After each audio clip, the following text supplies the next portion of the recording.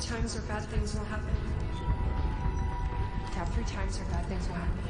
Glassman takes Shaun to see his lawyer, who says there is a settlement offer, but if Shaun takes it he will have to be supervised for 6 months. Shaun refuses. Janet says that if they go to trial and lose, Shaun might lose his license. Shaun runs to the bathroom and afterward meets Joni, a young lawyer who asks if formaldehyde can cause birth defects. He follows her into her office and realizes she has OCD. She does research only. She tells Shaun she doesn't think the settlement is right. Shaun returns and announces Joni is his lawyer. Lee asks what Glassman thinks. He admits Glassman doesn't think this is a good idea. Joni's roommate tries to convince her it's better for her to stay out of court. Joni doesn't want to hide who she is. Janet complains that Joni is late. Joni gives a deposition and Janet tells her to stop tapping Dot and distracting Park. Shaun is not bothered and Joni is distracted by an intrusive thought saying bad things will happen if she doesn't tap. Janet gets her attention and Park yells in flashback how he and Shaun found a car flipped over on a curvy road in the rain.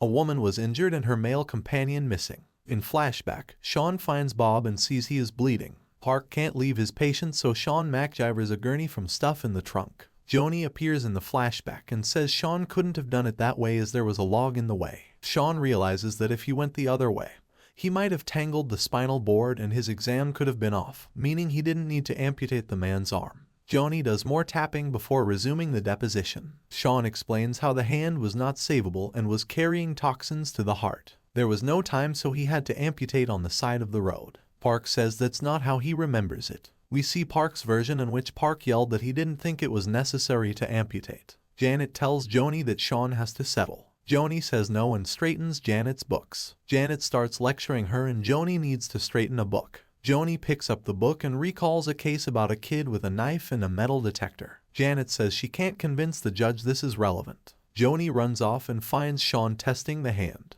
Joni tells him that this is useless. In court, the judge doesn't seem to like Joni. Joni is arguing that Shaun was acting as a good Samaritan, not a doctor. She is thrown off when the other lawyer's chair squeaks and stops mid-sentence. She tells Janet she needed 2 more squeaks that didn't happen. Now the settlement offer is gone and the partners voted Joni off her case. Janet tries to convince Shaun that Joni is a bad lawyer. She says Joni cannot be a trial attorney. Joni doesn't hate Janet. Her roommate says Janet should have been in court with her. Shaun shows up and asks why Joni wants to be a lawyer. Joni tells Shaun she doesn't have a lot of options besides this firm. She says a lawyer saved her family. Her father died in a car accident when she was 8 and her OCD started then. Her mother drank and a lot of people made mistakes, but a lawyer made it right again. Shaun says he still wants her as his lawyer. He says he is going to talk to Janet. Janet says Shaun wants her as first chair, but she will not say a word and Janet will do the case. An expert testifies that Shaun was wrong and the hand does not need to be amputated.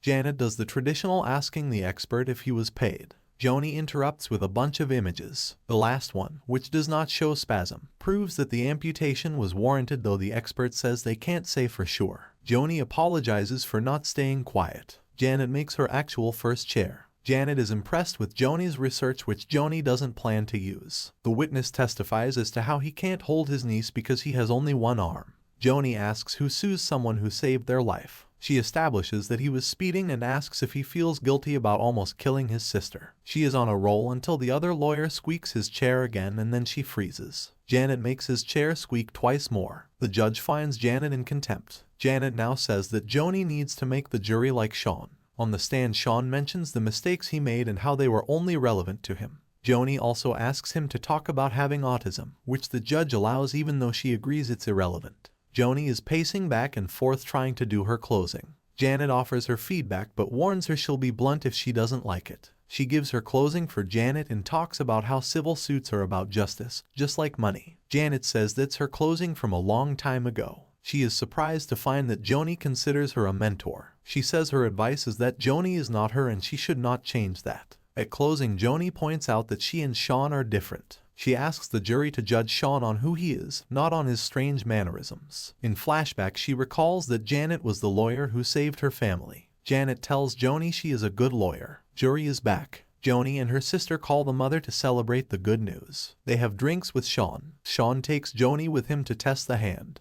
Thanks for watching. See you in the next videos.